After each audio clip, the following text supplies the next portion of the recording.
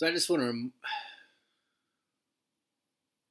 so I just want to remark on how thankful I am for Dr. Malanga's work. I mean, this man who was working full time as a professor that on that just in his just on the side for free took on this whole abduction thing. I mean, that's just amazing. I mean, anyone who's been down this path knows how hard it is to find someone who actually has an open heart towards all this. So he's a hero for me, for real. I mean, a hero. I mean, he's done something that I wish I could do. I mean, that whole. I mean, I think the way we're gonna beat this is by all of us putting our experiences together and figuring this all out. I mean, for my first video, it's like we need more brain power working on this topic. And he's done a lot of brain work and a lot of leg work, and I just want to express what I really think of value that I've gotten from him. I mean, he creates a very accurate map, in my opinion, of what's going on. There are some missing continents, such as life, but that's just my own personal opinion. That's just where my own evolution has taken me. I'm still so thankful, and I think that you can get so much out of his work.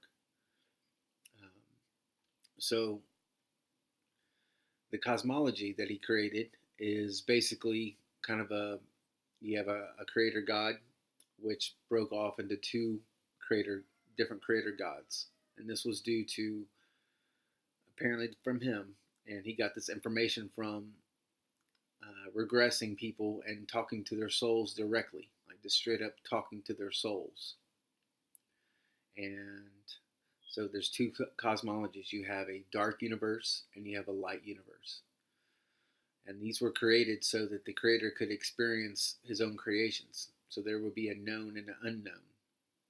And also, in a way, it created a death, because in death, this is when these experiences go back to the creator. So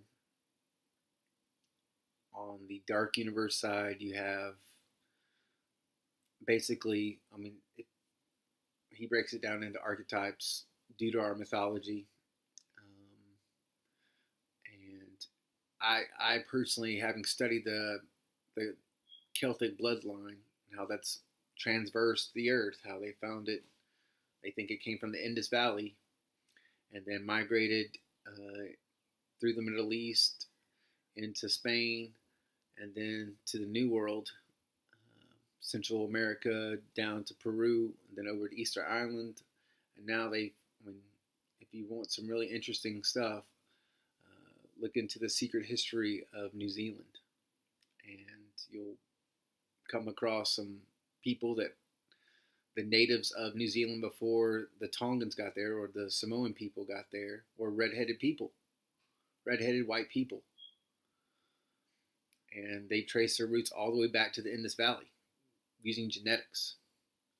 So that's where he gets that our mythology all leads back, not to Sumer, but to the Indus Valley, which makes these two creator gods basically projections of Vishnu and Krishna. I guess it'd be the other way around. So you have, not Krishna, sorry. You have Shiva on one side, the dark universe, the destroyer. On the other side, you have the preserver, you have Vishnu. And and Vishnu represents the corporal side of things, and Shiva represents the non-corporal side. And that he's the main deity of that dark universe. So to go to the dark universe, you have Shiva on top. The second level below that is the Horus Ra creature, or I like to call them the Skeksis from Dark Crystal, because that's what they look like to me. I mean, the Horus Ra came in, but the actual creature to me is this hideous being that I saw when I was 8 months old.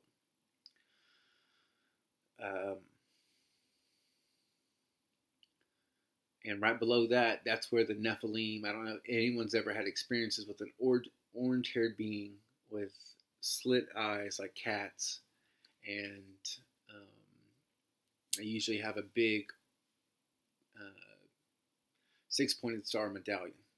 And this is from his research. I don't ever remember having any experience with those six-fingered beings. I have no recollection of them. I definitely remember the what he calls the Horus Ra creature, um, the bird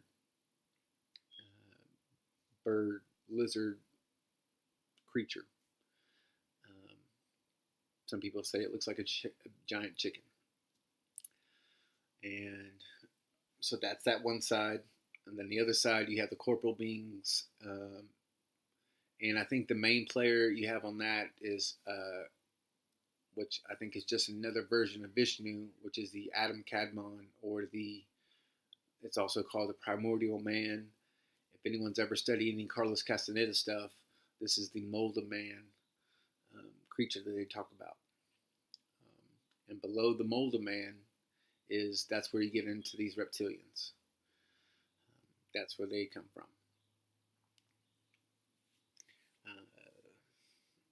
And what happens is that when we're incarnated, our soul is split off into a known and an unknown. Like we have an other. Like we're born, there's a part of us that's known, and then there's a part of us that's unknown. And I've gone through this thinking that the unknown part is just a part of us that we're going to recover when we die, just simply speaking.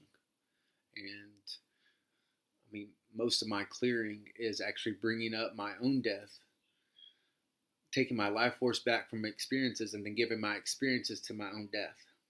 Because in the Carlos Castaneda and the Don Juan tradition, that's basically what happens is that when you die,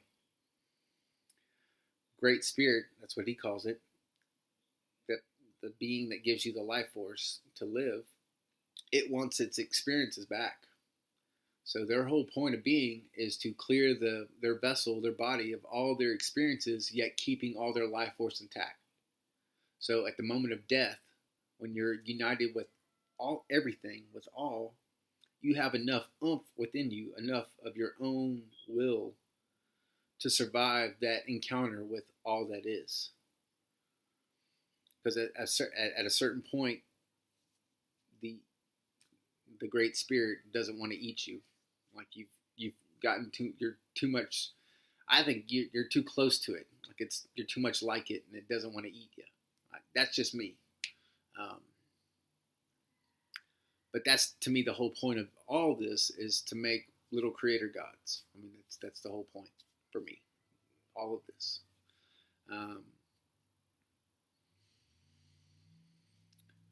So in that process, in the splitting of the soul, you have one side that, and this is how I break it down, this is the way my thoughts have gone, is that you have the soul, and then you have spirit on one side, the mind, which is consciousness, and then you have your vessel. The soul represents like basically what's going to happen in the future. Because the soul, in regression, the soul only cares about death. It only wants death. That's when it grows, is when it dies. Unless you can get to your soul and make it come into your vessel. Because that's what he talks about. He talks about like some of these souls don't want to come into their bodies. Like, no, we want to stay up here. And I'm all like, that's just so weird. Interesting, very interesting. But the whole point is to be able to ground your soul in your vessel. But since that separation happens, it leaves you in a spot where there's a big hole where your soul should be, and all these other beings. And I think that's where the genetics come in, because if you're really able to hold your soul, you're born with it. It's going to be in your body already. So I think these people that have a certain bloodline, it's just their hole is way bigger. Like their soul has a really hard time coming into that body, so they're more easily influenced by the dark side, by these beings that seek our souls. and I guess I should get into why do they care about our souls? Because our souls are able to create. Our souls are able to manifest, and that's a very it seems to be a rare trait in the universe. So that's that's why we're important. That's why anyone cares. It's because they use our own mojo to create their own future, and this goes into the whole theme of why they're doing this. Um, so in that split, you have that space, these parasite entities, probably whatever you're closely genetic to, whatever they seem to pick family lines, which means there's probably these familiar spirits that we've talked about. They're just these parasites that have been living off of us for generations and generations.